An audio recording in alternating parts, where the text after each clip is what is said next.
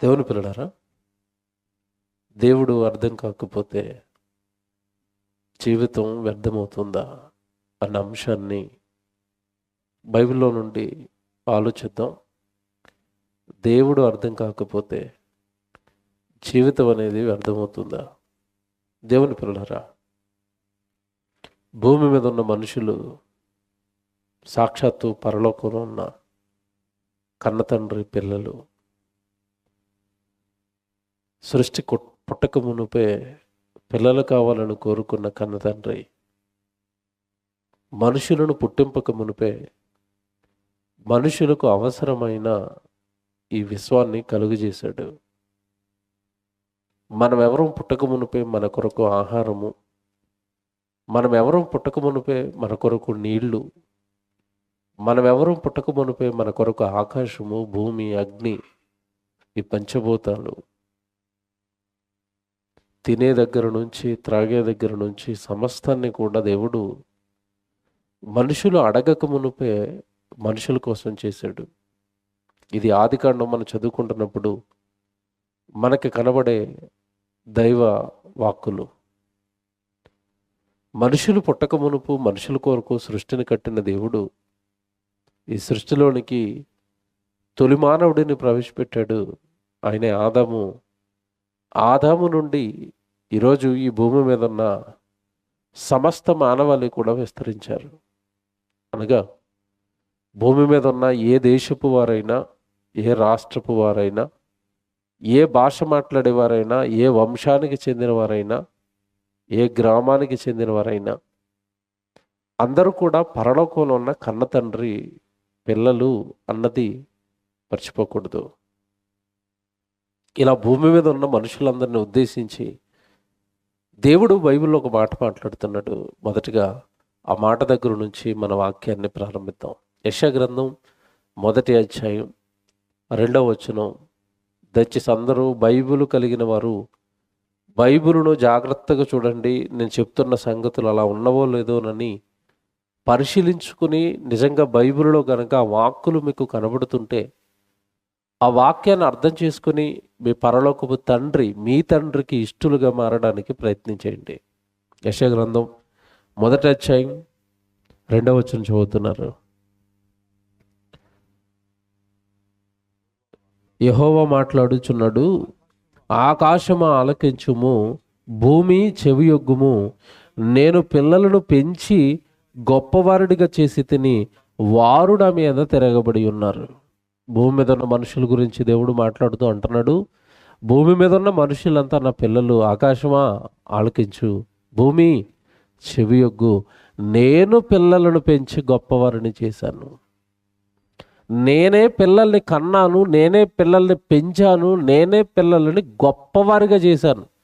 ఈరోజు మనిషి భూమి మీద గొప్పవాడిగా ఉన్నాడు. మనిషి ముందు ఏ జీవి నిలబడలేదు, మనిషి ముందు ఏ జంతువు నిలబడలేదు, మనిషి ముందు ఏ పక్షి నిలబడలేదు. మనిషి మాట్లాడుతాడు, మనిషి ఆలోచిస్తాడు, మనిషి జ్ఞానవంతుడు. ఈ జ్ఞానము, ఈ తెలివి, ఈ బుద్ధి, ఈ వివేచన, లేదా ఈరోజు భూమి మీద మనిషికి ఉన్న సమస్తము కూడా పరలోకపు కన్న తండ్రి గొప్ప చేయగా మనిషి పొందుకున్నాడు అన్నది వాస్తవం. దేవుడు నేనే పిల్లల్ని పెంచి గొప్ప వాళ్ళని చేశాను, వాళ్ళ నా మీద ఏమయ్యారు? ఇప్పుడు తిరగబడ్డారు. మనిషి దేవుడి పైన తిరగబడ్డాడు. మనిషి దేవుని పైన తిరగబడ్డాడు. ఎప్పుడు తిరగబడతారో తెలుసండి? ఒక వ్యక్తి మీద మరొక వ్యక్తి ఎప్పుడు తిరగబడతాడు? పిల్లలు తల్లిదండ్రుల మీద ఎప్పుడు తిరగబడతారు?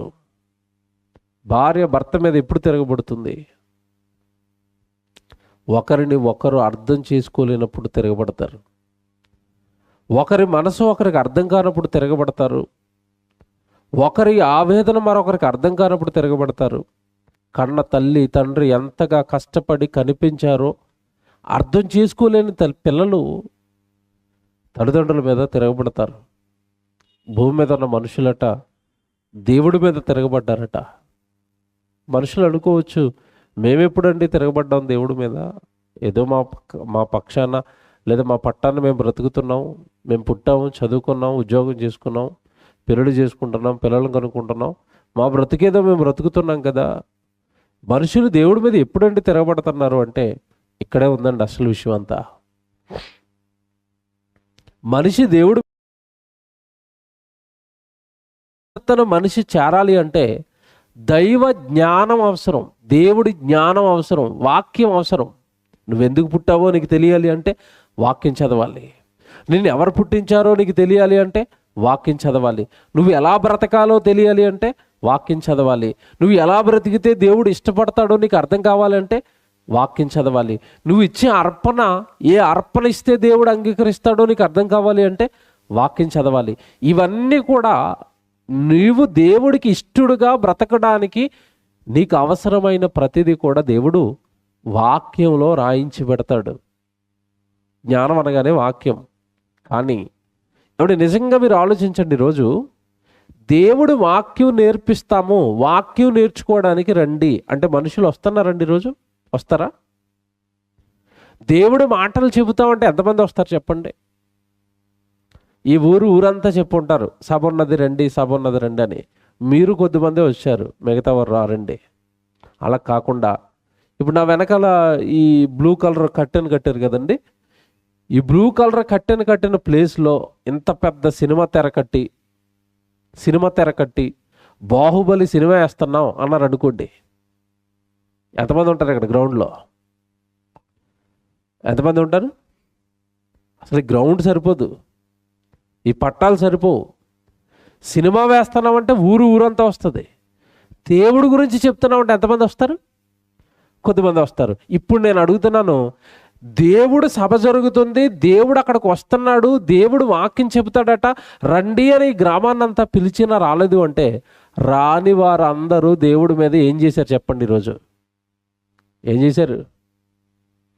తిరగబడ్డారు. నువ్వేంటి బాగు చెప్పేది? నీ వాక్యం ఏంటి మేము నేర్చుకోవటం వచ్చి?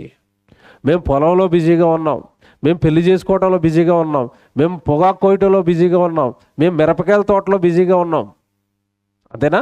మేము ఇల్లు కట్టుకుంటూ బిజీగా ఉన్నాం, మేము కూతురు పెళ్లిలో బిజీగా ఉన్నాను. నీ దగ్గరికి రావడానికి ఇప్పుడు నాకు ఖాళీ లేదు. 2 రోజులు కాదు, 3 రోజులు కాదు, వారం రోజులు ఎట్టినా మేము రాము, నీ దిక్కు ఉన్న చోట చెప్పుకో అంటున్నారు. ఎవరిని అంటున్నారు? ఇప్పుడు మీకు అర్థమైందా దేవుడు ఇందాక ఆ మాట ఎందుకు అన్నాడు? నేను పిల్లలను పెంచి గొప్పవారునిగా చేసి తిని వారు నా మీద తిరగబడ్డారు. ఎలా తిరగబడ్డారు చదువుదాం. ఇప్పుడు చెప్పిన మాట 14 వచనం. వారు నీ మార్గములను గూర్చిన జ్ఞానము మాకక్కరలేదు, నీవు మమ్మను విడిచిపొమ్మని దేవునితో చెప్పుదురు. అబ్బా, ఎవరితో చెప్తున్నారట? నీవు మమ్మను విడిచిపో, నీవు మాకు అవసరం లేదు, దేవుడు మాకు అవసరం లేదు. మాకు పొలం ఉంది పని చేసుకోవడానికి, ఒంటి నిండా బలం ఉంది పని చేసుకోవడానికి. పొలంలో పని చేసుకుంటాం, ఒంటి నిండా బలం ఉంది పని చేసుకుంటున్నాం, మా కష్టార్జితంతో మేము బ్రతుకుతున్నాం, మేము తింటాం, మేము త్రాగుతాం, మేము సుఖిస్తాం, మేము ఆనందిస్తాం, మేము పెళ్లి చేసుకుంటాం, మేము ఆనందపడతాం. నీతో మాకేం పని? ఎవరితో? ఏం రాసిడండి బైబిల్?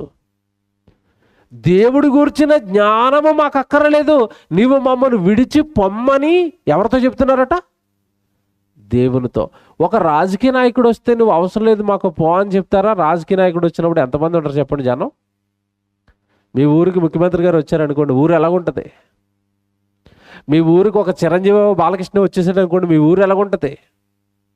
అంటే ఒక సినిమా యాక్టర్ వస్తే వస్తారు, ఒక ఎమ్మెల్యే వస్తే వస్తారు.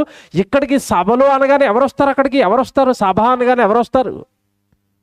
సేవకుడు వచ్చాడు అని అనకండి. సేవకుడు వచ్చినా, ఈ సేవకులందరూ వచ్చినా, ఈరోజు ఇక్కడ జరుగుతున్నది దేవుడి సన్నిధి కనుక ఈరోజు ఇక్కడికి ఎవరు వస్తారు? దేవుడు వస్తాడు. ఈ ప్రసంగం దేవుడు వింటున్నాడు. ఇక్కడ కూర్చున్న మిమ్మల్ని అందరినీ దేవుడు చూస్తున్నాడు. చలిని సైతం లెక్క చేయకుండా మీలో చాలామంది వృద్ధులు కూడా కూర్చున్నారు చూసారా సభలో? చలికి స్వెటర్లు వేసుకుని నెత్తి మీద ఏవో దుప్పట్లు కప్పుకొని అలా కూర్చున్నారు కదా. నేనంటే ఎంత ఇష్టం వీళ్ళకి, వృద్ధాప్యంలో కూడా నా సన్నిధికి వచ్చారు అని ఇక్కడ కూర్చున్న వాళ్ళని బట్టి ఆనందిస్తాడు, సంతోషిస్తాడు. రాని వారి విషయంలో ఏమంటున్నాడు తెలుసా? వాళ్ళు నా మీద తిరగబడ్డారు. దేవుడి దగ్గరికి మనిషి రాడు, దేవుడి గురించిన జ్ఞానం నాకు అక్కరలేదు అంటున్నాడు. అలాంటి వారు అందరి భవిష్యత్తు రాశాడు ఇప్పుడు అక్కడే. మాకు దేవుడు అవసరం లేదు, మాకు దేవుడు వాక్యం అవసరం లేదు, సభలు అవసరం లేదు, ప్రార్థనలు అవసరం లేదు, దేవుడితో మాకేం పని, మేము చాలా హ్యాపీగా ఉన్నాం అంటారు కదా. వాళ్ళందరి భవిష్యత్తు ఉంటుంది చూడండి అక్కడే. మీరు ఆ వచ్చిన చాలా జాగ్రత్త చదవండి. కింద నీవు మమ్మల్ని విడిచిపోమ్మని దేవునితో చెప్పుదురు, 15వ వచనం చూడండి జాగ్రత్తగా. 15వ వచనం, యోబు గ్రంథం 21వ అధ్యాయం 15వ వచనం, మేము ఆయనను సేవించుటకు సర్వశక్తుడగువాడు ఎవడు, మేము ఆయనను గూర్చి ప్రార్థన చేయుట చేత మాకేమి లాభము కలుగును. ఎందుకు రాలేదు చెప్పండి? ఈరోజు చాలామంది సభకెళితే ఏమి లాభం వస్తుంది? నిద్రపోతే హాయిగా ఉంటుంది, అంతే కదా. పోనీ ఇప్పుడు ఇది ఏమన్నా రాత్రిపూట పనిచేసే కాలమా, నిద్రపోయే కాలమా చెప్పండి? ఇది సర్వశక్తుడగు వాని దేవుడి దగ్గరకు వచ్చి ఆయన పూజించటం వల్ల మాకు వచ్చేది ఏముంది? హాయిగా నిద్రపోతే పొద్దున్నే లేచి వల్ల పనికి వెళ్ళిపోవచ్చు కదా. సభ అనేసరికి 10-10:30 చేస్తారు, మాకు 1 గంట నిద్రపోతుంది. సభకు వస్తే ఏం దొరుకుతుంది? దేవుణ్ణి పూజించడానికి మాకు వచ్చే లాభం ఏముంది? ఆయన దగ్గరకు వచ్చి ప్రార్థన చేయడం వల్ల మాకు వచ్చే లాభం ఏముంది?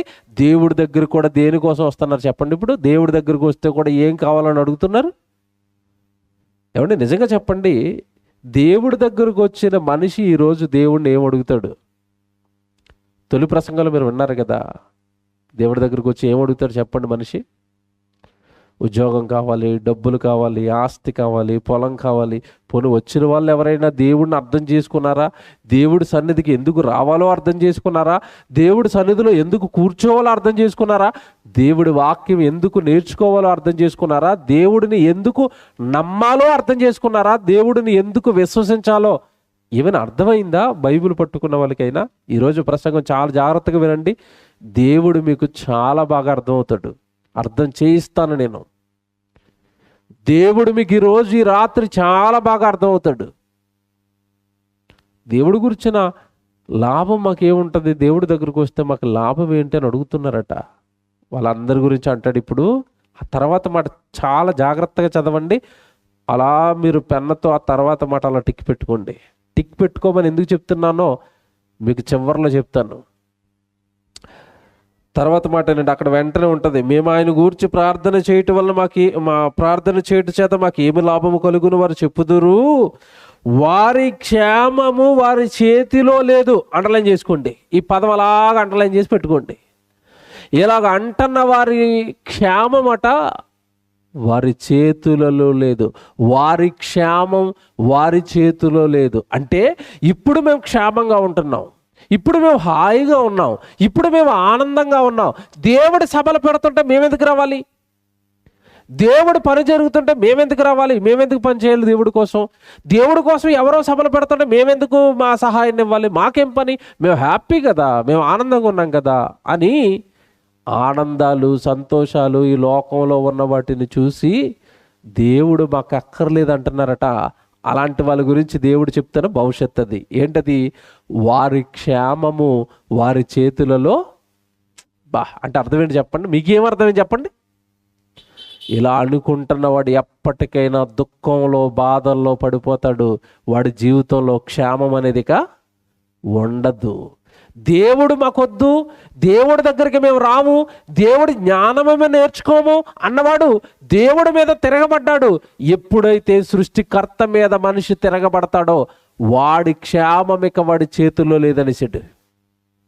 అలాంటి వాళ్ళ జీవితం ఎప్పుడు ప్రమాదాల బారిన పడిపోతుందో, ఎప్పుడు రోగాల బారిన పడిపోతుందో, ఎప్పుడు వాళ్ళ కుటుంబం కుప్పకూలిపోతుందో ఎవరికి తెలియదండి, ఎవరికి తెలీదు.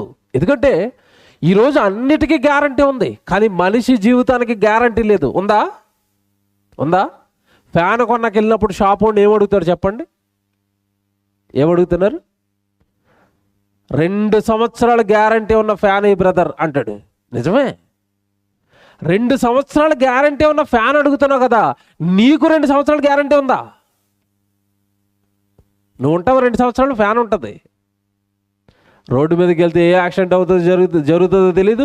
తర్వాత కరోనా 4th వేవ్ వస్తే ఎంతమంది ఉంటామో పోతామో కూడా తెలీదు. మనకి గ్యారంటీ లేదు. కానీ మన చుట్టూ వస్తువులు కొనేటప్పుడు మనం ఏమడుగుతాం? గ్యారంటీ వస్తువులు ఇవ్వండి. ఫ్రిడ్జ్ కొంటే 10 సంవత్సరాలు గ్యారంటీ అట్ట. గహంగా శాంసంగ్ ఫ్రిడ్జ్కి 10 సంవత్సరాలట. 10 సంవత్సరాలు అది ఉంటుంది, మనం ఉంటామా? తుఫాన్ వస్తే, ఓ భూకంపం వస్తే, ఏదైనా కరువు వస్తే, మన కరోనా లాంటి ఏదైనా పెద్ద మహమ్మారి రోగం వస్తే ఉండవు ఇటు మనం. మనిషి జీవితానికి గ్యారంటీ లేదండి. అదే దేవుడు చెప్పిన మాట చివరిలో, వారి క్షేమము వారి చేతుల్లో లేదు. దేవుడిని విడిచిపెట్టిన వాడు, దేవుడి దగ్గరకు నేను రానున్నవాడు ప్రమాదంలో ఉన్నాడు అని అర్థం. ప్రమాదంలో ఉన్నాడని అర్థం. ఇప్పుడు నేను చెప్తానండి, అసలు దేవుడు తన దగ్గరికి పిలిచి తన జ్ఞానం ఎందుకు నేర్చుకోమంటున్నాడు? తన వాక్యం నేర్చుకోవడానికి తన దగ్గరకు ఎందుకు రమ్మని పిలుస్తున్నాడు దేవుడు? మీకు మాట చెప్తాను. అసలు భూమి మీదకి వచ్చిన మనుషులండి, భూమి మీదకి వచ్చిన తర్వాత ఎందుకు పుట్టారో, ఎలా బ్రతకాలో, దేవుడికి ఇష్టలుగా ఎలా మారాలో తెలియాలి అంటే వాక్యము నేర్చుకోవాలి. అందుకే భూమి మీదకి వచ్చిన యేసుప్రభు ఏమన్నాడు తెలుసా? ఒకసారి బైబిల్లోకి వెళ్ళి యేసుప్రభు దగ్గరకు వచ్చి మనం ఏం చేయాలో తెలుసండి? మత్తయి సువార్త 11వ అధ్యాయం చూడండి అందరూ.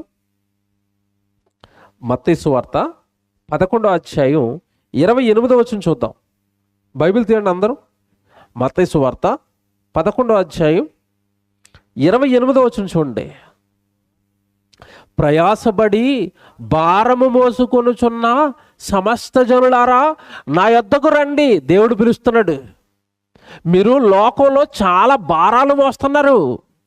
తెల్లవారు లేస్తే పని, తెల్లవారు లేస్తే ఉద్యోగం, వ్యాపారం, ఎవడు ఉరుకులు పరుగులు. ఏ వ్యక్తి ఖాళీగా లేడండి. చిన్నపిల్లల దగ్గర నుంచి వృద్ధుల వరకు, నడిప్రాయంలో ఉన్న వాళ్ళ వరకు, యవ్వనంలో ఉన్న వారి వరకు అందరూ కూడా బిజీ బిజీ బిజీ బిజీ. దేంట్లో బిజీ?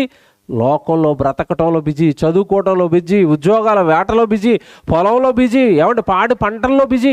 మనిషి ఈరోజు భూమి మీద చాలా కష్టాలు పడుతున్నాడు, ప్రయాసపడి భారాలు మోస్తున్నాడు. వాళ్ళందరినీ పిలుస్తున్నాడు దేవుడు. జాగ్రత్తగా వినండి. ప్రయాసపడి భారము మోసుకొనుచున్న సమస్త జనులారా నా యొద్దకు రండి, నేను మీకు విశ్రాంతి కలుగజేతును. 60-70 ఏళ్ళు ఈ భూమి మీద సుఖం లేకుండా ఈ లోకంలో పడి చచ్చిపోయిన తర్వాత నరకంలో కూడా పడి బాధపడిపోతున్న మనుషులారా, మరణం తర్వాత మీకు విశ్రాంతిని ఇస్తాను. మరణం తర్వాత మీకు పరలోకాన్ని ఇస్తాను. మరణం తర్వాత మీకు నిత్య జీవాన్ని ఇస్తాను. చనిపోయిన తర్వాత స్వర్గాన్ని ఇస్తాను, మోక్షాన్ని ఇస్తాను, మంచి జీవితాన్ని ఇస్తాను. నా దగ్గరికి రండి అన్నాడు యేసు ప్రభు. అంటే ప్రభు దగ్గరికి మనిషి రావాల్సింది విశ్రాంతిలోనికి వెళ్ళడానికి, నిత్య జీవాన్ని చూడడానికి, పాపాలు కడుక్కోవడానికి. అంతే తప్పండి 60-70 ఏళ్ల ఈ జీవితంలో ఆస్తుల కోసమో, ఇల్లుల కోసమో, పొలాల కోసమో కాదు ప్రభు దగ్గరికి రావాల్సింది. అసలు ఆయన ఎందుకు రమ్మన్నాడో కూడా వచ్చిన వాళ్ళకే ఇంకా అర్థం అవ్వలేదు. బైబిల్ పట్టుకుని మనకే అర్థం కాకపోతే యేసుప్రభు ఎందుకు రమ్మన్నాడో ఇక బయటవాడికి ఏం అర్థం అవుతుంది మీరు చెప్పండి. తొలి ప్రసంగంలో మీరు మాటలు విన్నారు కదా, ఒకరి కలిమి విస్తరించడం వాడి జీవానికి మూలము కాదు. డబ్బు కోసం దేవుడి దగ్గరకు వస్తే మరి డబ్బు ఇచ్చిన నరకానికి ఎంటేస్తాడా? జీవానికి మూలం కాదన్నాడు కదా డబ్బు. మరి ఎందుకంటే రావాలి అంటే ఇప్పుడు చెప్తాడు చూడండి జాగ్రత్తగా. వచ్చును, నేను మీకు విశ్రాంతి కలుగజేతును. 29, నేను సాత్వికుడను, దీన మనసు గలవాడను గనుక మీ మీద నా కాడి ఎత్తుకొని నా యొద్ద నేర్చుకొనుడి. ఇది అండర్లైన్ చేసుకోనండి. యేసు దేనికి పిలుస్తున్నాడు చెప్పండి ఇప్పుడు? మీరు నా యొద్ద నేర్చుకొనుడి. నా యొద్ద వాక్యం నేర్చుకోవడానికి రండి, నా యొద్ద జ్ఞానం నేర్చుకోవడానికి రండి. క్రైస్తవులారా, బైబిల్ పట్టుకుని, నోట్స్ పట్టుకుని, పెన్ను పట్టుకుని గుడికి వాక్యం నేర్చుకోవడానికి వెళ్ళండి. దైవజనుడు మీకు వాక్యం నేర్పాలి. దైవజనుడు నోట వస్తున్న వాక్యాలు మీరు రాసుకోవాలి, నేర్చుకోవాలి, వినాలి. ఇంటికి వెళ్ళిన తర్వాత బైబిల్ మళ్ళీ పఠించాలి. ఆ వాక్యానుసారం మీరు జీవించాలి. గుడికి వెళ్ళేటప్పుడు పిల్లవాళ్ళు పుస్తకాలు, పెన్నులు, బ్యాగులు పెట్టుకుని ఎలాగైతే చదువు నేర్చుకోవడానికి వెళుతున్నారో, గుడికి వెళుతున్న క్రైస్తవులారా, ప్రభువు మనల్ని పిలిచింది నా యొద్ద మీరు నేర్చుకోనండి. ఉందా లేదు చెప్పండి? మీ బైబిల్లో ఉందండి? మీరు నా యొద్ద నేర్చుకోనండి అన్న మాట బైబిల్లో ఉందా? ఉంది. నేను మిమ్మల్ని మాట్లాడుతానండి. పిల్లోడు స్కూల్కి వెళ్ళేటప్పుడు చదువు నేర్చుకోవడానికి ఏం పట్టుకుని వెళ్తాడు చెప్పండి? ఏం పట్టుకెళ్తాడు? పెన్ ఉంటుంది, నోట్స్ ఉంటుంది, గైడ్లు ఉంటాయి. ఏమండి ఎన్ని రకాల మెటీరియల్ పట్టుకెళ్తాడండి. ఏమండి నిజంగానండి ఈరోజు బాధాకరం ఏంటో తెలుసండి, క్రైస్తవులు కనీసం బైబిల్ కూడా తెచ్చుకోకుండా వచ్చేస్తున్నారు. ఎక్కడికి? గుడికి. బైబిల్ తెచ్చుకోకుండా గుడికి వచ్చి నువ్వు అసలు ఎందుకు వచ్చింది దేనికి? నువ్వు ఫ్యాషన్ షోకి వచ్చావా? సినిమాకి వచ్చావా? సీరియల్ చూడడానికి వచ్చావా? దేవుడి సన్నిధికి వెళుతూ దేవుడి మాటలు, వాక్యమైన బైబిల్ను పట్టుకోకుండా నువ్వు అక్కడికి వెళుతున్నావంటే నువ్వు వెళ్ళి ఏం ఉపయోగం చెప్పండి? నువ్వు సభకు వచ్చి ఏం ఉపయోగం? నువ్వు ప్రార్థనకు వచ్చి ఏం ఉపయోగం? సేవకుడు చెప్తున్న మాటలు, వాక్యాలను చూసుకోకుండా, రాసుకోకుండా, నా దేవుడు నా గురించి మాట చెప్పాడని ఆత్మీయంగా ఆ మాటలు నీ హృదయంలో తీసుకోకుండా, అసలు బైబిల్ లేకుండా నువ్వు గుడికి వెళ్ళి ఏం చేద్దామని వెళుతున్నావు? ఈరోజు చాలామందికి ఫ్యాషన్ అయిపోయిందండి, బైబిల్ పట్టుకోవట్లేదు చాలామంది. అసలు బైబిల్ పట్టుకొని రావటం లేదు. మరి ఇంకెందుకండి గుడికి వెళ్ళటం? యేసుప్రభు పిలిచింది ఎందుకు చెప్పండి? అక్కడ యేసుప్రభు ఎందుకు పిలుస్తున్నాడు? మీరు నా యొద్ద నేర్చుకోనండి, వాక్యం నేర్చుకోనండి. మళ్ళీ చెప్తున్నాను, దేవుడి మాటలు నేర్చుకోండి. చెప్తాను ఇప్పుడు, జాగ్రత్తగా వినండి ఎందుకు నేర్చుకోమన్నాడు. మీరు నా యొద్ద నేర్చుకోవాలి, మీరు నా యొద్ద నేర్చుకోవాలి, వాక్యం నేర్చుకోవాలి, వాక్యము చదవాలి, వాక్యము బాగా వినాలి. అలా నువ్వు ధ్యానించిన నాడు, వాక్యమును వినని నాడు నీకు దేవుడు అర్థం కాడు. అసలు దేవుడు ఎందుకు రమ్మన్నాడో అర్థం కాకపోవడానికి కారణం తొలి ప్రసంగం మీరు విన్నారు కదా. అసలు ఎక్కడో పాత నిబంధనలో ఆశీర్వాదాలను దేవుడు చెప్తే, కొత్త నిబంధనలో యేసు వచ్చిన తర్వాత కూడా అవే దేవుడు మనకి ఇస్తాడు అని ఎందుకు మనం అపోహపడ్డామంటే, కొత్త నిబంధనలో ధనం గురించి దేవుడు ఏం మాట్లాడాడో మనం ఎప్పుడు చదవలేదు కదా, ఏ బోధకుడు మనకు నేర్పలేదు కదా. యేసు నేర్పాడు. ఈ రోజున బోధకులు నేర్పటం లేదు కదండి, వాక్యం నేర్పించటం లేదు కదండి. కిందన్న వాళ్ళు ప్రయోజకులు చేసి వాళ్ళకి వాక్యం నేర్పి మరొక గ్రామానికి పంపించి నువ్వు అక్కడ సేవ చేయను ఆయన అని ఒక సేవకుడిని తయారు చేసే మరొక సేవకుడు ఎక్కడున్నాడు చెప్పండి? ఈ రోజుల్లో ఉన్నారా? అందుకే క్రైస్తవ్యం ఎక్కడ వేసిన గొంగలు అక్కడే అన్నట్టుగా ఉండిపోయిందండి. బైబిల్లో ఏముందో మన వాళ్ళకే తెలియని పరిస్థితులు, రోజులు ఏర్పడ్డాయి. అందుకే బైబిల్ చూడండి, ఒకరి విశ్వాసం ఒకటే, మరొకరి విశ్వాసం ఒకటే, మరొకరి విశ్వాసం ఒకటే, మరొకరి విశ్వాసం ఒకటే. ఒకటే వాక్యం, ఆయన ఒకలా చెప్తాడు, ఈయన ఒకలా చెప్తాడు, ఈయన ఒకలా చెప్తాడు. ఏమండి వాళ్ళని అడగండి, అయ్యా మీరు ఎలా చెప్తున్నారు, వాళ్ళు అలాగ అంటున్నారంటే అంటాడు, వాళ్ళ విశ్వాసం వాళ్ళది, మన విశ్వాసం మనది. ఆ సంఘం ఎలాగుంది, ఈ సంఘం ఎలాగుందంటే వాళ్ళ విశ్వాసం వాళ్ళది, మన విశ్వాసం మనది. ఏమంటే బైబిల్ చేతుల్లో ఉంది కదా. అసలు విశ్వాసాలు బైబిల్ ప్రకారం ఎన్ని చెప్పండి? ప్రభు ఒక్కడే. తర్వాత మీకు తెలుసు, నెక్స్ట్ చెప్పండి. విశ్వాసము ఒక్కటే, విశ్వాసం ఒక్కటే, ఒక్కటే విశ్వాసం ఉంటుంది. వ్యక్తికి ఒక విశ్వాసం ఉండదు, వ్యక్తికి ఒక నమ్మకం ఉండదు, అది బయట. బైబిల్ పట్టుకున్న వాడికి ఒక్కటే బైబిలు, ఒక్కటే విశ్వాసం, ఒక్కడే ప్రభువు, ఒక్కడే తండ్రి, ఒకటే. నీకు తెలియక చెప్తున్నావు ఇవన్నీ, నీకు రాక చెప్తున్నావు బైబిల్ ఇవన్నీ. దేవుని పిల్లలారా, దేవుడు ఈరోజు మనుషులకు అర్థం కాలేదండి. ఎందుకు అర్థం కాలేదో, ఎలా అర్థం కాలేదో చెప్తాను నేను. గుడికి వస్తున్న వాళ్ళు ఎక్కువగానండి దేవుడిని, దేవా మాకు ఉద్యోగం కావాలి, దేవా మాకు పెళ్ళి కావాలి, దేవా మాకు ఆరోగ్యం కావాలి, దేవా మాకు ఇల్లు కావాలి, పొలాలు కావాలి. ఏమండి ఈరోజు మనిషి దేవుడి దగ్గరకు వచ్చి ఎప్పుడు తనకి ఇష్టమైనవి దేవుడిని అడగటం ప్రారంభించాడు. నాకు అది కావాలి, ఇది కావాలని దేవుడిని అడగటం ప్రారంభిస్తున్నాడు. అంతే తప్ప ఏమండి ఎప్పుడైనా దేవుడిని, దేవా నాకు ఆహారం ఇచ్చావు కదా, దేవా నాకు ఆరోగ్యం ఇచ్చావు కదా, తల్లి గర్భంలో నాకు దేహం కట్టావు కదా, భార్యనిచ్చావు కదా, తినడానికి తిండి ఇచ్చావు, కట్టుకోవడానికి బట్టలు ఇచ్చావు, ఈ జీవితాన్ని ఇచ్చావు కదా, ఇన్నిచ్చిన మీరు ఎలా ఉన్నారు అని దేవుడిని ఏ కొడుకైనా ఏ కూతురైనా దేవుడిని అడుగుతున్నారండి. మీరు ఎలా ఉన్నారు అని అడుగుతారండి దేవుడిని? బాగా వినండి మీరు ఈరోజు ప్రసంగం. దేవుడి దగ్గరకు వచ్చి దేవా అది కావాలి, ఇది కావాలని చిట్టా స్టార్ట్ చేశారు తప్ప అసలు దేవుడు ఈరోజు ఎలా ఉన్నాడు? ఆనందంగా ఉన్నాడా? సంతోషంగా ఉన్నాడా? బాధలలో ఉన్నాడా? అసలు దేవుడి మానసిక పరిస్థితి ఏంటి ఈరోజు? దేవుడు ఎలా ఉన్నాడు? దేవుడు ఎలా ఉంటున్నాడు పరలోకంలో? ఆనందంగానే ఉన్నాడా? నన్ను కన్న నా తండ్రి, నన్ను ఆనంద పెట్టిన నా తండ్రి, నాకు ఆహారం పెడుతున్న నా తండ్రి, నా కోసం ఈ అనంత విశ్వాన్ని కొరకకుండా నిద్రపోకుండా నడిపిస్తున్న నా తండ్రి, నా దేవుడు, నా ప్రభువు, నా యజమానుడు, నా సృష్టికర్త, నా సర్వేశ్వరుడు దేవుడు ఎలా ఉన్నాడు? దేవుడు ఎలా ఉన్నాడు? ఎలా ఉన్నాడు చూపించమంటారా? ఏమన్నా నిజంగా మిమ్మల్ని అడుగుతున్నాను, దేవుడు అనగానే అందరిలో ఉన్న ఆలోచన ఏంటి చెప్పండి? దేవుడు ఎలా ఉంటాడని అనుకుంటారు చెప్పండి అందరూ? దేవుడికి ఏంటండి, పరలోకంలో ఉన్నాడు, చుట్టూ దేవదూతలు ఉన్నాయి, ఆయన చిటికేస్తే ఏ పని అయినా అయిపోద్ది, దేవుడు చాలా హ్యాపీగా ఉన్నాడు, కనుక నేను ఏం అడిగినా ఇవ్వడానికి దేవుడు సిద్ధంగా ఉన్నాడు. అదే కదా, దేవుడి గురించి అదే కదండి అర్థం చేసుకున్నారు. నాకేమైనా లేకపోతే నేను దేవుడిని అడగాలి, దేవుడు చాలా హ్యాపీగా ఉన్నాడు, నేను కోరికలు, నేను అడిగిన ప్రతి కోరిక తీరుస్తాడు, నేను ఏది అడిగితే అది చేయడానికి సిద్ధంగా ఉన్నాడు, పరలోకంలో చాలా హ్యాపీగా ఉన్నాడు, నేను అడగటమే లేటు, అడగంగానే నాకు అన్నీ ఇచ్చేస్తాడు. ఇదే కదండి దేవుడి గురించి ఎంతకాలం మనకు చెప్పారు. నీకు శ్రమ వచ్చిందా, దేవుడి దగ్గరికి వెళ్ళు. నీకు కష్టం వచ్చిందా, దేవుడి దగ్గరికి వెళ్ళు. నీకు కన్నీళ్ళు వచ్చాయా, దేవుడి దగ్గరికి వెళ్ళు. ఇదే కదా ఇంతకాలం మనకు చెప్పారు. నీ కన్నీళ్ళు, కష్టాలు, వేదనలు చెప్పుకోవద్దు దేవుడికి అని చెప్పడం లేదండి నేను. నా ఉద్దేశం అది కాదు. ఆయనకి చెప్పుకోవాలి, ఆయనకి తప్ప ఇంకెవరికి చెప్పుకుంటాం మనం. ఎందుకంటే బైబిల్లో మాట ఉంటుంది, మీ చింత యావత్తును నా మీద వేయండి అన్నాడు. అక్కడ వరకు బాగా అర్థం చేసుకున్నాం.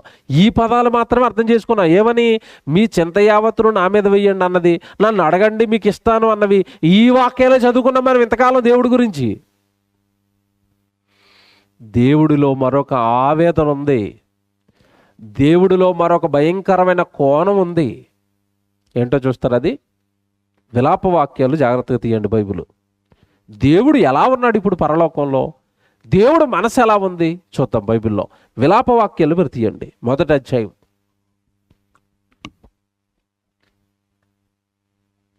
16వ వచనం చూడండి. విలాప వాక్యాలు 1వ అధ్యాయము 16వ వచనం చూడండి. వీటిని బట్టి నేను ఏడ్చుచున్నాను, నా కంట నీరు ఒలుకుచున్నది. ఏమన్నా అందరు చూస్తున్నారు బైబిల్లో? మళ్ళీ ఇదే నేనేదో కొత్తగా రాసుకొచ్చాను అనుకుంటారు. విలాప వాక్యాలు అని బైబిల్లో ఒక పుస్తకం ఉంటుంది. విలాప వాక్యములు 1వ అధ్యాయము 16వ వచనం చదువుతున్నారు. చదువమ్మా. వీటిని బట్టి నేను ఏడ్చుచున్నాను, నా కంట నీరు ఒలుకుచున్నది. ఇంతకీ దేవుడికి కంట కన్నీరట. నేను చాలా బాధలలో ఉన్నాను, చాలా వేదనలో ఉన్నాను. దేవుడండి, మీ దేవుడండి అంటున్న మాట అండి అది.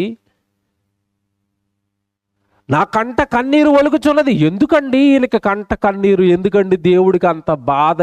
ఏంటండి దేవుడికి అంత ఆవేదన అంటే? ఆ చదువుతారు చూడండి వెంటనే. ఎందుకు నాకు ఇంత బాధ వచ్చింది అంటే చదువుతున్నారు. నా ప్రాణమును తెప్పరిల్ల చేసి నన్ను ఓదార్చవలసిన వారు ఇదిగో నాకు దూరస్తులైపోయారు. నా ప్రాణమును తెప్పరిల్ల చేసి నన్ను ఓదార్చవలసిన వారు నాకు దూరస్తులైరి. శత్రువులు ప్రబలి ఉన్నారు, నా పిల్లలు నాశనమైపోయిరి. అండర్లైన్ చేయండి. ఏంటంటే ఇంతకాయల బాధ? నా పిల్లలు నాశనమైపోయారు, నా పిల్లలు నాశనమైపోయారు. భారతదేశంలో ఉన్న వాళ్ళు నా పిల్లలే, అమెరికాలో ఉన్న వాళ్ళు నా పిల్లలే, పాకిస్తాన్లో ఉన్న వాళ్ళు నా పిల్లలే, భూమి మీద అన్ని దేశాలలో ఉన్న అందరూ నా పిల్లలే. నా పిల్లలు నాశనం అయిపోయారు, నా పిల్లలు తిరుగుబోతులయ్యారు, నా పిల్లలు వ్యభిచారులయ్యారు, నా పిల్లలు దొంగలయ్యారు, నా పిల్లలు త్రాగుబోతులయ్యారు, నా పిల్లలు ఉగ్రవాదులయ్యారు, నా పిల్లలు టెర్రరిస్టులు అయ్యారు.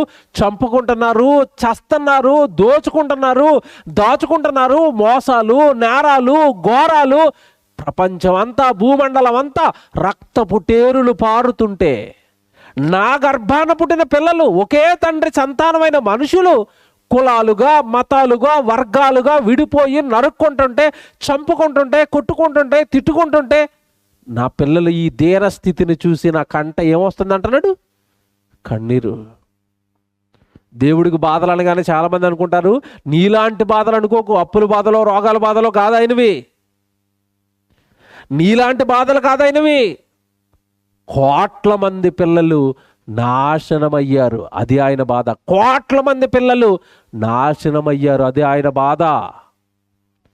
ఏమండి, చాలామందికి వచ్చిన సరిగా అర్థం కాకండి.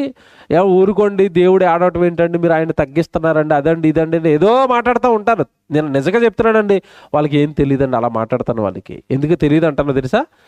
దేవుడి కంట కన్నీరుకు కారణం ఏంటో చెప్తాను, జాగ్రత్తగా వినండి, మీకు అర్థమవుతాడు. దేవుడు పిల్లలు నాశనం అయిపోతే, పిల్లలు చెడిపోతే ఏ తల్లిదండ్రులైనా సంతోషంగా ఉంటారా మీరు చెప్పండి? ఉంటారా? ఇక్కడ చాలామంది తల్లిదండ్రులు ఉన్నారు, మీకు అర్థమవుతుంది ఇప్పుడు దేవుడు బాధ. చాలామంది తల్లిదండ్రులు ఉన్నారు. మనకి పిల్లలు సాధారణంగా, మనుషులకి పిల్లలు ఎంతమంది ఉంటారు చెప్పండి? మీకు పిల్లలు ఎంతమంది ఉన్నారు? ఎంతమంది ఉన్నారు? నాకు 10 మంది పిల్లలు అన్నవాళ్ళు ఒక్క చెయ్యొద్దండి. ఇక్కడ నా సంతానం 10 మంది అన్నవాళ్ళు చెయ్యొద్దండి. ఒక్కరు ఉన్నారా? లేరు. 5గురు అన్నవాళ్ళు చేయొద్దండి. ఉండరు. 2 అనగానే అందరు చేయెత్తుతారు, అంతే కదా? అంటే ఇప్పుడు మన పిల్లలు ఎంతమంది అందరికీ? ఏమండి, 2 పిల్లలు ఉంటే 2 పిల్లలు కూడా త్రాగుబోతులు అయిపోయారు అనుకోండి, ఎలాగుంటుంది తల్లికి తండ్రికి? ఎలాగుంటుంది? ఏమండి, ఒకే గర్భాన్ని పుట్టారు, 2 కూడా 2 తాగుబోతులే. సాయంత్రం అయ్యేసరికి పిల్లలిద్దరూ త్రాగేసి వస్తున్నారు. తల్లికి తండ్రికి ఎలాగుంటా చెప్పాలి? కంట కన్నీరు రాదా? బాధ ఉండదా? ఆవేదన ఉండదా? నీకు 2 పిల్లలు పాడైపోతేనే నీ కళ్ళల్లో నుంచి నీళ్ళు వస్తే, దేవుడికి ఎంతమంది పిల్లలు చెప్పండి? ఈరోజు భూమి మీద ఎంతమంది పిల్లలు? కోట్ల మంది. 800 కోట్లట ఈరోజు భూమి మీద ఉన్న జనాభా లెక్కలు. 800 కోట్లట. 250కి పైగా దేశాలు.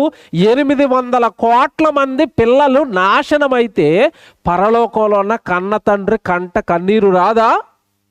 ఆత్మలు నరకానికి వెళ్ళిపోతుంటే, కన్న పిల్లలే కళ్ళ ముందు కాలిపోతుంటే, నరకానికి వెళ్ళిపోయి పాపాలతో నేరాలతో చచ్చిపోయి నరకానికి వెళ్ళిపోయి ఆత్మల ఆక్రందన చూసిన తర్వాత పరలోకంలో కన్న తండ్రికి ఏమొస్తుందట?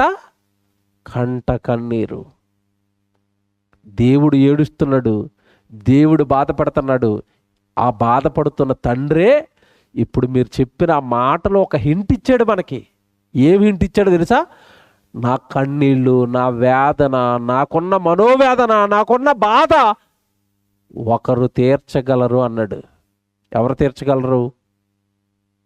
ఆయన బాధ ఎలా తీరుతుంది? ఆయన మనసు ఎలాగా ఆనందపడుతుంది, సంతోషపడుతుందో మీరు నాకు చెప్పాలి. చదువుతారా మళ్ళా? అక్కడే చిన్న హింట్ ఇచ్చాడు. అక్కడే మళ్ళా చదవండి. అది 16వ వచనం. వీటిని బట్టి నేను ఏడ్చుచున్నాను, నా కంట నీరు ఒలుకుచున్నది. నా ప్రాణమును తెప్పరెల్ల చేసి నన్ను వాదార్చవలసిన వారు నాకు దూరస్తులైరి. అండర్లైన్ చేయండి. ఎవరట వీళ్ళు? భూమి మీద ఉన్న మనుషులు, పిల్లలు ఏం చేయడానికి పుట్టారట? నన్ను వాదార్చి నన్ను తెప్పరెల్ల చేసి నా ప్రాణాన్ని తెప్పరెల్ల చేయగలిగే శక్తి పిల్లలకు ఉంది. కానీ వాళ్ళు నాకేమైపోయారు?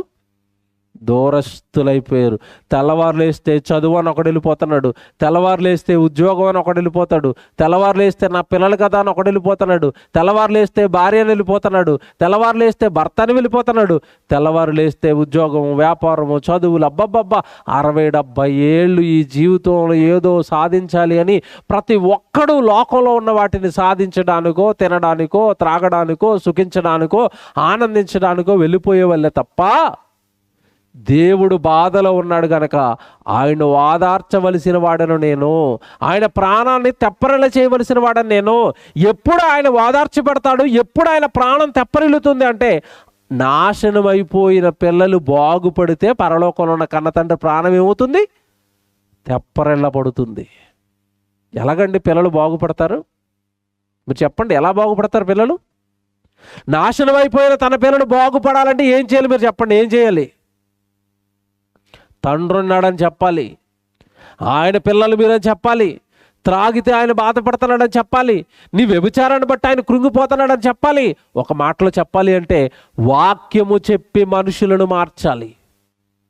వాక్యము చెప్పి మనుషుల పాపాలలో నుండి, పాపపు కోపంలో నుండి మనుషులను పరిశుద్ధత వైపు, పవిత్రత వైపు అడుగులు వేసే కార్యక్రమాలను చేయాలి. సువార్త చెప్పాలి, సువార్త చెప్పించాలి. ఇదిగో ఇలాంటి కార్యక్రమాలు జరగాలి. దేవుడు నమ్మని వాళ్ళందరినీ తీసుకొచ్చి అక్కడ కూర్చోబెట్టాలి. దేవుడు ఎలాగా మనుషుల కోసం కష్టపడుతున్నాడో, ఆయన కష్టము, ఆయన ఆవేదన, భూమి మీద ఉన్న మనుషుల కొరకు ఆయన చూపిస్తున్న ప్రేమ, ఇవన్నీ నువ్వు చెప్పినప్పుడు కదా ఒక వ్యక్తి మారతాడు. ఆ వ్యక్తి మారితే పరలోకంలో ఉన్న దేవుడికి ఏం కలుగుతుందట? ఒక పాపి మార్పు విషయమై పరలోకమందు ఎక్కువ సంతోషము కలుగును. అంటే ఏడుస్తున్న తండ్రి, బాధపడుతున్న తండ్రి నవ్వాలి, ఆనందపడాలి అంటే భూమి మీద ఏం జరగాలి చెప్పండి? ఇప్పుడు పాపి మారాలి. పాపి మారాలి అంటే ఎలా మారతాడని బైబిల్ చెప్పింది? వినుట వలన విశ్వాసము కలుగును. వినుట క్రీస్తును గూర్చిన మాట. క్రీస్తు విజ్ఞాన సభలు నువ్వు పెడితే, యేసుక్రీస్తుల వారి ప్రేమను నువ్వు చెబితే ఒక పాపి మారతాడు. పాపి మారితే పరలోకంలో ఉన్న దేవుడికి ఏం కలుగుతుంది? సంతోషం. అదే కదండి అక్కడ మీ బైబిల్లో ఉంది. యేసుక్రీస్తుల వారు నా దగ్గరికి రండి, నేను వాక్యం నేర్పిస్తానని ఎందుకు చెప్పాడు అంటే, వాక్యము వెనకాల పరలోకంలో ఉన్న కన్న తండ్రి మనసు ఉంది. నువ్వు వాక్యం నేర్చుకుంటేనే దేవుడు ఆనందంగా ఉన్నాడా, దేవుడు సంతోషంగా ఉన్నాడా, దేవుడి కండిషన్ ఎలా ఉంది, నేను దేవుడి కోసం ఏం చేయాలి అన్నది నీకు అర్థం అవ్వాలి అంటే, దేవుడు నీకు అర్థం అవ్వాలి అంటే నువ్వు వాక్యాన్ని బాగా నేర్చుకోవాలి. దేవుడు అర్థం కాకపోతే జీవితం చాలా ప్రమాదం అండి. దేవుడు అర్థం అవ్వలేదండి ఇప్పటికీ. ఏమండి, మీకు మాట చెప్తాను, ఒక మనిషి మరొక మనిషిని అర్థం చేసుకోకపోతే మానసికంగా చాలా కష్టంగా ఉంటుందండి. భార్య భర్తలు ఇద్దరు మీరు చూడండి, మీరు జాగ్రత్తగా వినండి, మీకు అర్థమవుతుంది. ఇప్పుడు దేవుడు భార్య భర్తలు ఇద్దరు, భార్య భర్తను అర్థం చేసుకోవాలి, భర్త భార్యను అర్థం చేసుకోవాలి. ఒకరి మధ్యలో ఒకరికి అండర్స్టాండింగ్ ఉండాలి.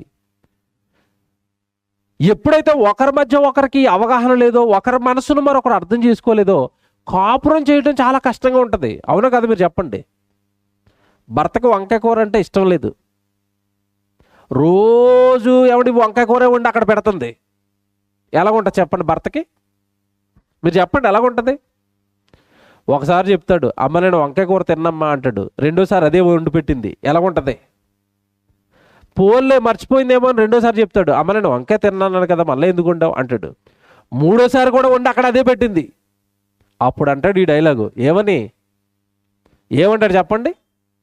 నన్ను నువ్వు అర్థం చేసుకోవటం లేదు, నాకేది ఇష్టమో నువ్వు అర్థం చేసుకోలేదు.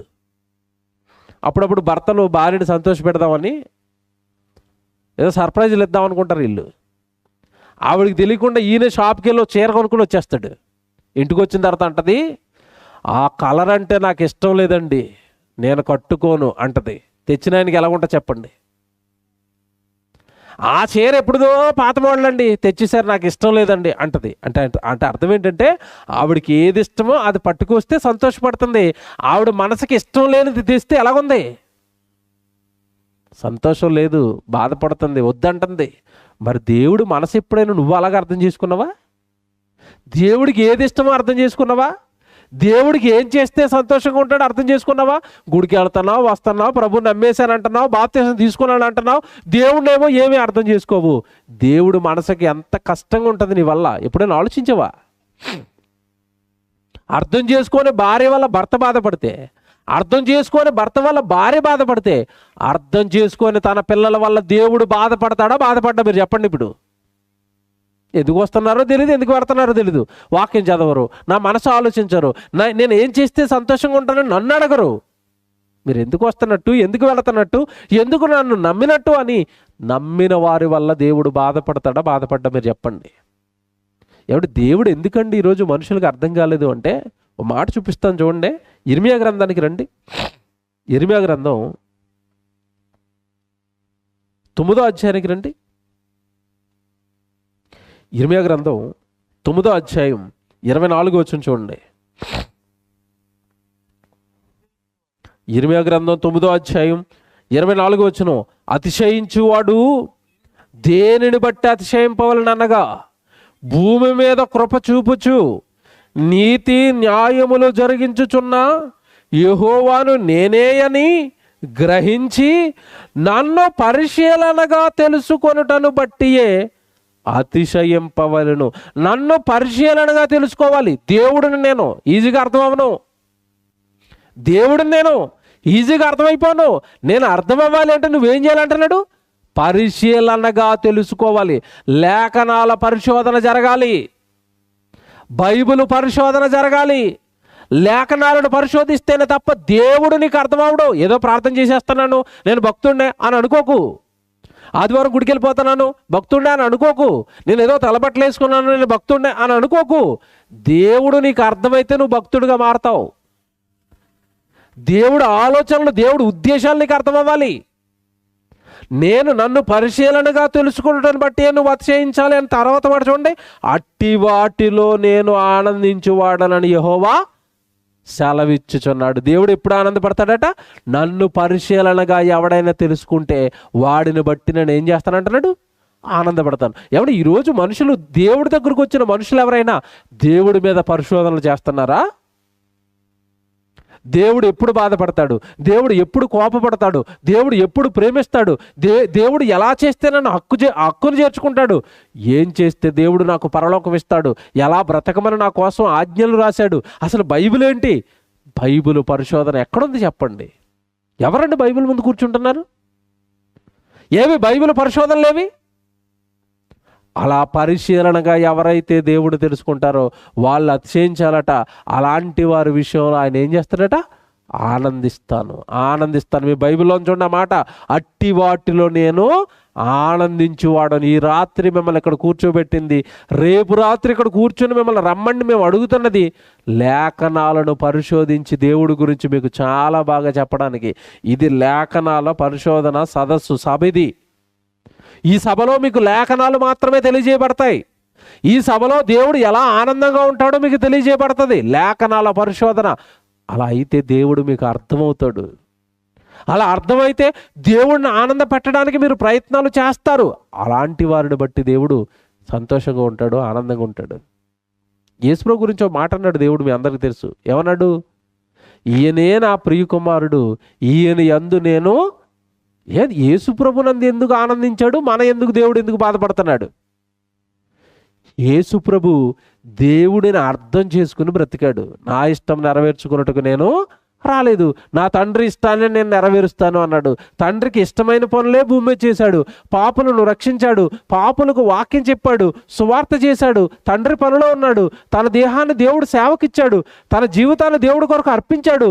అందుకు యేసు ప్రభువుని చూసి అంటున్నాడు, ఈయనే నా ప్రియ కుమారుడు, ఈయన యందు నేను ఆనందిస్తున్నాను. ఆ మాట మన విషయంలో ఎందుకు అనలేకపోతున్నాడు అంటే, మనం ఎక్కడ తండ్రి ఇష్టాన్ని నెరవేరుస్తున్నాం ఈరోజు? మీరు చెప్పండి. తెల్లవారు లేస్తే అందరూ కూడా ఎవరి ఇష్టాల కోసం వెళ్తున్నారు బయటికి? నా ఇష్టం, నేను మా అక్క వాళ్ళ ఇంటికి వెళ్తున్నాను, మా అక్క అంటే నాకు ఇష్టం.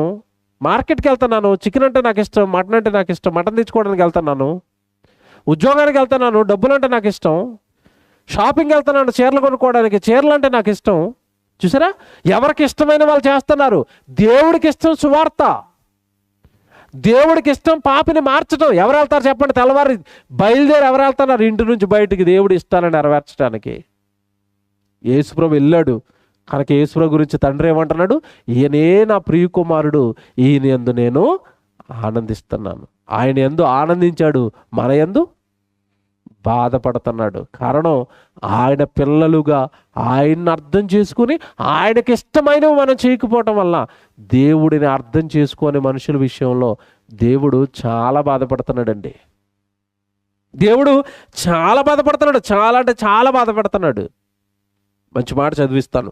మీకా గ్రంథం 4వ అధ్యాయం. ఎందుకంటే మీకు బాధ అంటే దేవుడు ఏం చెప్తాడు చూడండి. ఇప్పుడు ఎందుకంటే మా విషయంలో మీరు బాధపడుతున్నారు, ఎందుకంటే మేము మీ ఇష్టాన్ని నెరవేర్చలేకపోతున్నాం అంటే ఎంత బాగా రాశాడండి వాక్యాలు. నిజంగా ఆశ్చర్యపోతారు ఈ వచనాలు మీకు అర్థమైతే. మీకా గ్రంథం 4వ అధ్యాయం 12వ వచనం చదవండి. మీకా గ్రంథం 4వ అధ్యాయం 12వ వచనం. కళ్ళములో ఒకడు పనలు కూర్చున్నట్లుగా యెహోవా వారిని సమకూర్చును. ఏమండి, మనల్ని ఎలా సమకూర్చాడట? మళ్ళీ చెప్తానే, జాగ్రత్తగా వినండి. కళ్ళములో ఒకడు పనలు కూర్చున్నట్టు యెహోవా వారిని సమకూర్చును. పల్లము ఏమంటే కళ్ళములో పనలు కూర్చున్నట్లట. వరి వ్యవసాయం ఇక్కడ ఏమైనా జరుగుతూ ఉంటే నేను చెప్పేది మీకు అర్థమవుతుంది. వరి వ్యవసాయం ఎవరికైనా ఐడియా ఉంది ఇక్కడ? వరి పంటని ఇక్కడ దేవుడి స్తోత్రం, బాగా అర్థమవుతుంది వచనం. ఇప్పుడు కళ్ళంలో చివరికి రైతు పనులు సమకూరుస్తాడు కదా, ఆ పనులు సమకూర్చడానికి ముందు రైతు ఏం చేస్తాడు బాగా ఆలోచించండి. ఏం చేస్తాడు? పొలం రాత్రి పగళ్ళు దున్నుతాడు, నాట్లు వేస్తాడు, నీళ్లు పెడతాడు, ఎరువు వేస్తాడు, కంటికి పాపలా దాని చుట్టూ తిరుగుతూ ఉంటాడు, కాపలా కాస్తూ ఉంటాడు. దోమ పట్టిందా మందేస్తాడు, ఎలకలు తినేస్తున్నాయా ఎలకలు బోన్లు పెడతాడు. ఏమంటే రైతు కష్టం అంతా ఇంత కాదు కదండి వరిని పండించడానికి, మీకు తెలియదు కాదు. కష్టపడి పండించిన తర్వాత ఒకరోజు కోస్తాడు.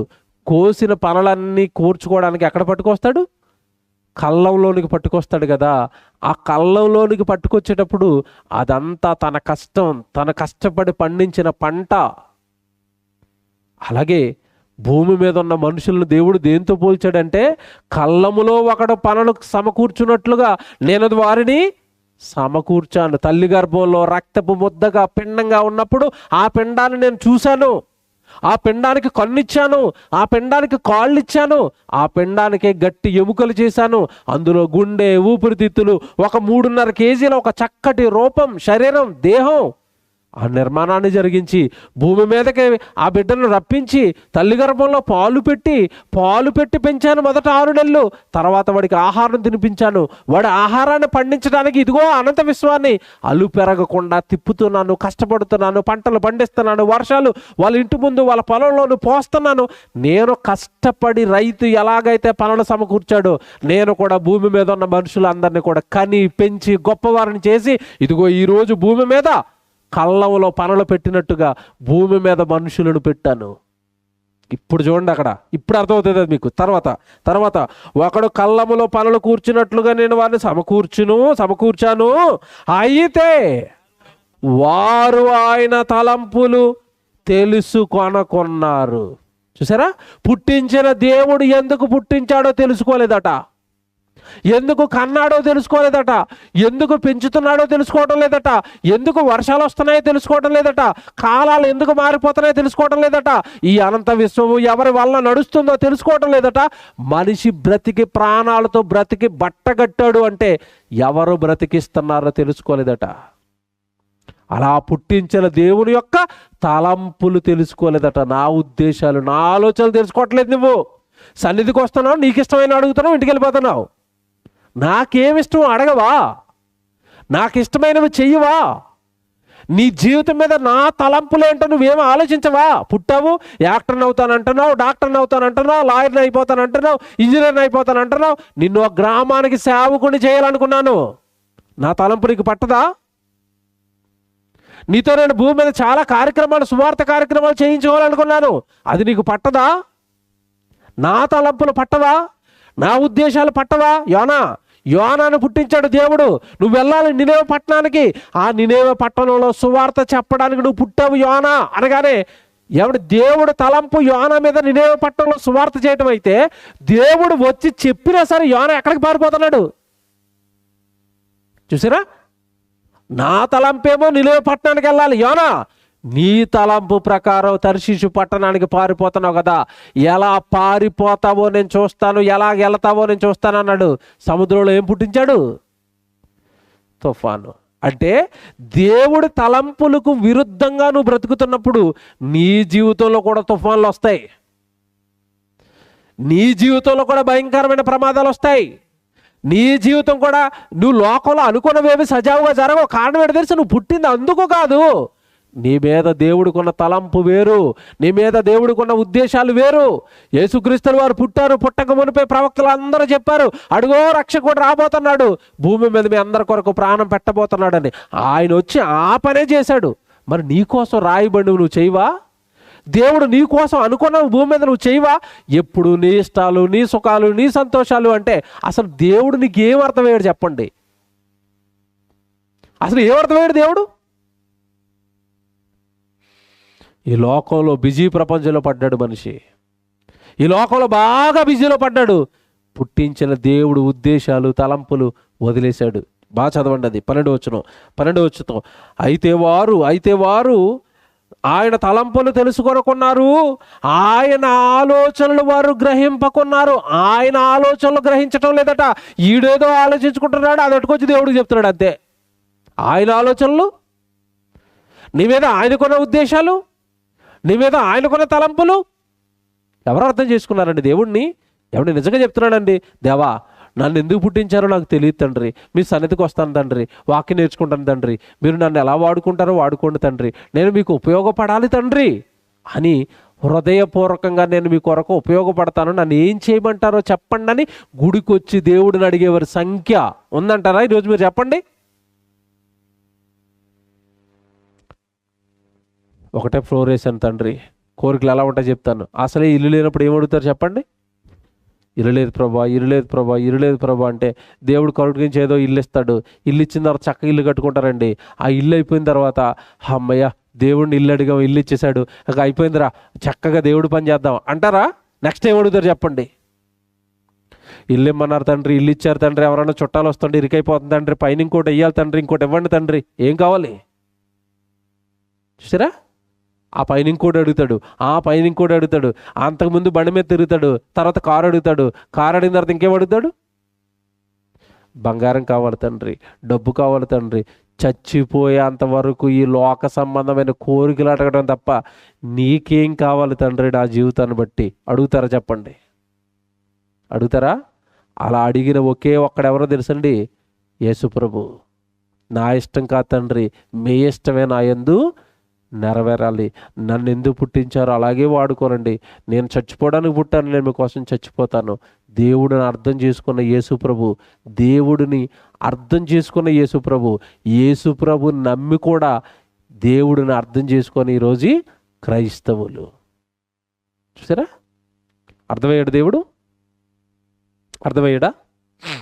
మంచి వచనం చూపిస్తాను చివరిలో, భలే ఉంటుంది. దేవుడి దగ్గరికి వస్తామండి. దేవుడి దగ్గరకు వచ్చి మీరు జాగ్రత్తగా వినండి, ఇవన్నీ పట్టుకోండి. ఇప్పుడు నేను ఒక మాట చెప్తాను, పట్టుకోండి. దేవుడి దగ్గరకు వచ్చి మన బాధలన్నీ చెప్పుకుంటామండి, కష్టాలన్నీ చెప్పుకుంటామండి. బాధలు కష్టాలు చెప్పుకోవడం తప్పు కదండి. నేను మాట అడుగుతున్నాను,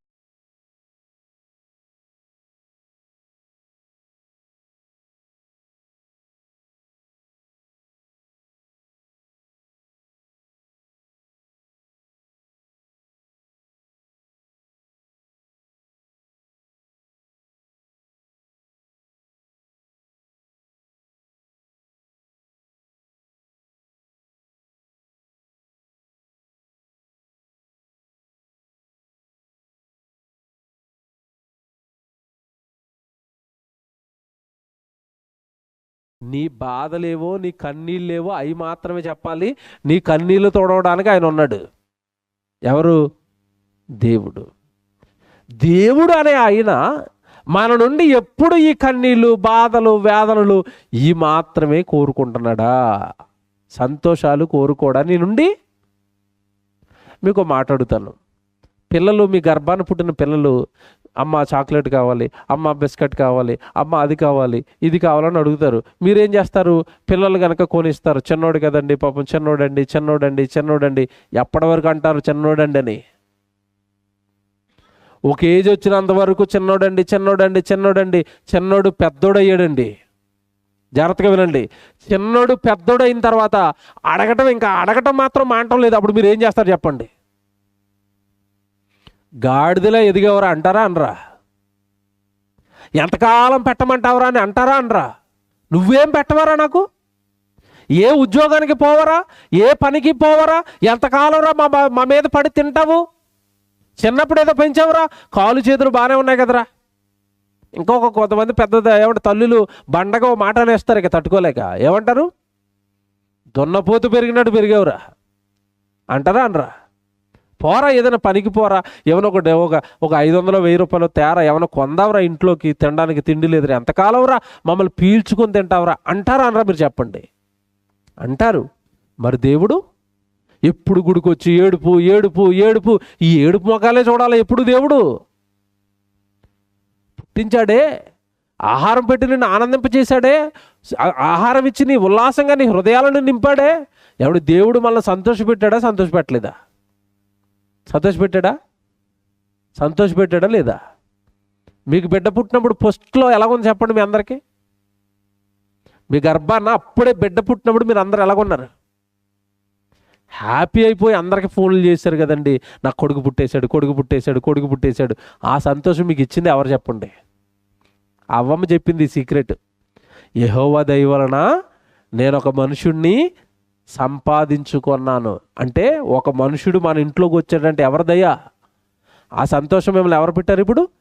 దేవుడు. పోనీ మీకు అది అర్థం అవ్వలేదేమో. ఆదివారం రోజు చికెన్ కూర వేసుకొని అన్నం తింటున్నప్పుడు ఎలాగుంటుంది మీకు? ఎలాగుంటుంది? రోజు పప్పు వేసుకుని తిన్నప్పుడు ఎలాగుంటుంది? చికెన్ కూర తింటున్నప్పుడు ఎలాగుంటుంది? మొహం వెలిగిపోవట్లేదు ఇలాగా? కాస్త 4 ముద్దలు లోపలికి ఎక్కువ వెళ్ళటం లేదు? ఒక చికెన్ కూర తింటున్నా, మటన్ కూర తింటున్నా, నీకు ఇష్టమైన నువ్వు అనుభవిస్తున్నప్పుడు నువ్వు సంతోషపడుతున్నావు అంటే ఆ సంతోషాలు నీకు ఇచ్చింది ఎవరు? బాగా నోట్ చేయండి, ఎవరు? దేవుడు. నిన్ను సంతోషపెడుతున్న దేవుడు నీ నుండి సంతోషాలు కోరుకుంటాడా కోరుకోడా? బాగా చెప్పండి. పోనీ వాక్యం చదువుదాం, మీకు వాక్యమే చెప్పాలి. యోబు గ్రంథం తీయండి అందరూ. చివరి మాట, యోబు గ్రంథం 27వ అధ్యాయం చూడండి, 8వ వచనం చదువుదాం. జాగ్రత్త చదవాలి, ఇది అందరు తీసుకోండి, చూడండి. మీరు చేతులు ఇలా బైబిల్ పెట్టి చూసుకోవాలా. యోబు గ్రంథం 27వ అధ్యాయం 8వ వచనం చూడండి. ఏమండి, ఇదంతా కూడా భక్తిహీనుల గురించి మాట్లాడతారండి. ఈ సందర్భం ఏంటంటే, ముందు సందర్భం తెలిస్తే దేవుడు అర్థమవుతాడు. భక్తిహీనులు అంటే దేవుడి దగ్గరికి వచ్చి కూడా సరిగా నమ్మక, వాక్యం వెనక, దేవుడిని అర్థం చేసుకోక ఏదో అలా వచ్చి వెళ్ళిపోతాను వాళ్ళు అన్నమాట. ఇల్లు భక్తిహీనులు అంటే దేవుడిని నమ్మనోళ్ళు అనుకోకండి. నమ్మాడు కానీ సరిపడా భక్తి లేదు, భక్తిహీనుడు. వాళ్ళ గురించి మాట్లాడుతూ అంటున్నాడు. చేత చదవండి, 8వ వచనం. దేవుడు వానిని కొట్టివేయినప్పుడు, వాని ప్రాణమును తీసివేయినప్పుడు భక్తిహీనునికి ఆధారం ఏది? భక్తిహీనుడి గురించి మాట్లాడుతున్నాడు. వాడికి ఏ ఆధారం ఉండదట, దేవుడు కొట్టేసినప్పుడట. తర్వాత, వానికి బాధ కలిగినప్పుడు దేవుడు వాని మొర్ర వినునా? ఈడెప్పుడు ప్రార్థన చేస్తున్నాడట? బాధ కలిగినప్పుడు దేవుడికి ప్రార్థన చేస్తాడట. అప్పుడు దేవుడు వాడు మొర్ర వింటాడా? వినటం లేదు. ఎందుకు తండ్రి వాడు మాట వినటం లేదు మీరు? ఎందుకు తండ్రి వాడు మొర వినటం లేదు? ఎందుకు తండ్రి వాడు ప్రార్థన మీరు వినటం లేదు? చెప్తాడు ఇప్పుడు. వానికి బాధ కలిగినప్పుడు వాడు మొర పెడతాడు, వాడు మొర దేవుడు వినునా అంటున్నాడా? భక్తిహీనుడికి ఆధారం ఏది? వానికి బాధ కలిగినప్పుడు దేవుడు వాడు మొర వినునా? సర్వశక్తుని యందు వాడు 10వ వచనం చూడండి. వాడు సర్వశక్తుని యందు ఆనందించునా? వాడు అన్ని సమయములలో దేవునికి ప్రార్థన చేయునా? మీకేమర్థమైంది? వాడు అన్ని సమయాలలో ప్రార్థన చేస్తాడా? బాధ కలిగినప్పుడే ప్రార్థన చేస్తాడా? భలే పట్టించాను నేను ఇప్పుడు. వాడు బాధ కలిగినప్పుడు మాత్రమే ప్రార్థన చేస్తున్నాడట. ఆనందంగా ఉన్నప్పుడు ఫ్రెండ్స్ వేసి పార్టీలు చేసుకుంటాడట. ఆనందంగా ఉన్నప్పుడు బంధువులు పిలుచుకుని బిర్యానీ వేసుకుని తింటున్నాడట. ఆనందంగా ఉన్నప్పుడు మనుషులట, బాధ వచ్చినప్పుడు ఎవరట? దేవుడట. అలాంటి వాడి ప్రార్థన దేవుడు వింటాడా? చెప్పండి ఇప్పుడు. వినడు. అంటే దేవుడు అనే ఆయన నీ నుండి బాధలు మాత్రమే కోరుకోవటం లేదు, దేవుడికి నీ నుండి ఏం కూడా కావాలి? ఆనందాలు. వాడు అన్ని సమయములలో ఆయనకి ప్రార్థన చేయునా? వాడు సర్వశక్తుని యందు ఆనందించునా? వాడు నాకు ఆనందాలు ఇవ్వడు. ఎప్పుడు ఏడుపు మొహం వేసుకుని వస్తాడు గుడికి. ఆ ఏడుపు కొట్టు కథలన్నీ చెప్పడానికి, సంతోషకరమైన వార్తలన్నీ మాత్రం మనుషులకి ఇస్తాడు. ఆనందాలన్నీ మనుషులకి ఇస్తాడు. జీతం వచ్చింది, ఉద్యోగానికి వెళ్ళాడు, మొట్టమొదటి జీతం పట్టుకెళ్ళి వాళ్ళ అమ్మకి ఇచ్చాడు, వాళ్ళ నాన్నకి ఇచ్చాడు, వాడు బట్టలు కొనుక్కున్నాడు, వాడు ఆనందించాడు. ఉద్యోగానికి వెళ్ళినప్పుడు యాక్సిడెంట్ అయిపోయింది, ప్రార్థన చేయమని మాత్రం నా దగ్గరికి వస్తాడు. ఎలాగుంది ఇది? యాక్సిడెంట్ అయిపోతే ప్రార్థన చేయడానికి దేవుడట, యాక్సిడెంట్ అయిపోతే ప్రార్థన చేయడానికి సేవకుడట. జీతం వచ్చినప్పుడు, డబ్బులు వచ్చినప్పుడు ఆనందించడానికి, పార్టీలు చేసుకోవడానికి మనుషులట, ఫ్రెండ్స్ అట, బంధువులట, చుట్టాలట. మనుషులకు ఆనందాలట, దేవుడికి ఏటట? బాధలట. అలా రాశాడు. అన్ని సమయములలో వాడు దేవుడికి ప్రార్థన చేయినా? అంటే సంతోషం వచ్చినప్పుడు ప్రార్థన చేస్తాడా? చేయడు. సంతోషాలు ఏమివ్వడు. దేవా జీతం వచ్చింది, నేను కష్టపడి ఒక ఉద్యోగం సంపాదించాను మీ కృపతో, ఇదిగో సగం జీతం పెట్టు, మీటింగ్ పెడతాను, మీకోసం చెప్పిస్తాను, మీకోసం ఆ రోజు చాలా మందిని కూర్చోబెడతాను, మీ మాటలు చెప్పిస్తాను, మిమ్మల్ని ఆనందపెడతాను. ఆ సభకు వచ్చి ఒక పాపమైనా మారతాడేమో, ఒక్కడైనా మిమ్మల్ని గురించి అర్థం చేసుకుంటాడేమో, ఒకడైనా మీ వైపు తిరుగుతాడేమో, నేను మీ కొరకు కార్యక్రమం చేసి మిమ్మల్ని ఆనందపెడతాను తండ్రి అని అనేవాళ్ళు లేడట. సంతోషాలు ఇచ్చేవాళ్ళు లేరట. బాధల కోసమట దేవుడు, ఏడుపుల కోసమట దేవుడు. సంతోషాలన్నీ ఏమి ఇవ్వరట, సంతోషాలన్నీ ఎలా అనుభవిస్తారట, బాధలు మాత్రం పట్టుకెళ్ళి దేవుడికి ఇస్తారట. ఇప్పుడు చెప్పండి, దేవుడు అర్థమయ్యాడా? దేవుడు అర్థమయ్యాడా? అందుకే వేసాను టైటిల్. ఏం టైటిల్ చెప్పండి ఇప్పుడు? దేవుడు మనిషికి అర్థమయ్యాడా? అర్థం కాలేదు. బైబిల్ పట్టుకున్నాం అనుకుంటున్నారు, దేవుడిని నమ్మేమనుకుంటున్నారు. వాక్యాల వెనక దేవుడి మనసు ఉంది, పట్టించాను ఈరోజు మీకు. నన్ను ఎవడో అర్థం చేసుకోలేదు అంటున్నాడు, నా ఉద్దేశాలు తెలియలేదు అంటున్నాడు, నా దగ్గరికి బాధలకు మాత్రమే వస్తున్నాడు అంటున్నాడు, నా దగ్గరికి లోక సంబంధమైన అడగడానికి వస్తున్నాడు. నన్ను సంతోషపెట్టేవి ఏమీ చేయడు వాడు. నేను అర్థం అవ్వలేదు వాడికి. నన్ను సంతోష పెట్టడానికి పుట్టించుకున్నానన్న సంగతి అర్థం అవ్వలేదు. నా ప్రాణాన్ని తెప్పరెల చేయడానికి పుట్టించుకున్నానన్న అర్థం అవ్వలేదు. నన్ను ఓదార్చడానికే పుట్టించుకున్నానన్న సంగతి వాడికి అర్థం అవ్వలేదు. వాడి కోసం వాడు బ్రతుకుతున్నాడు, ఆ లోకం కోసం బ్రతుకుతున్నాడు. ఈలోపు ఏమైనా కష్టాలు వస్తే నా దగ్గరకు వస్తాడే తప్ప పుట్టించిన తండ్రిగా మీకోసం ఏం చేయాలని అడిగేవాడు లేడు, నన్ను సంతోష పెట్టేవాడు లేడు అంటున్నాడు.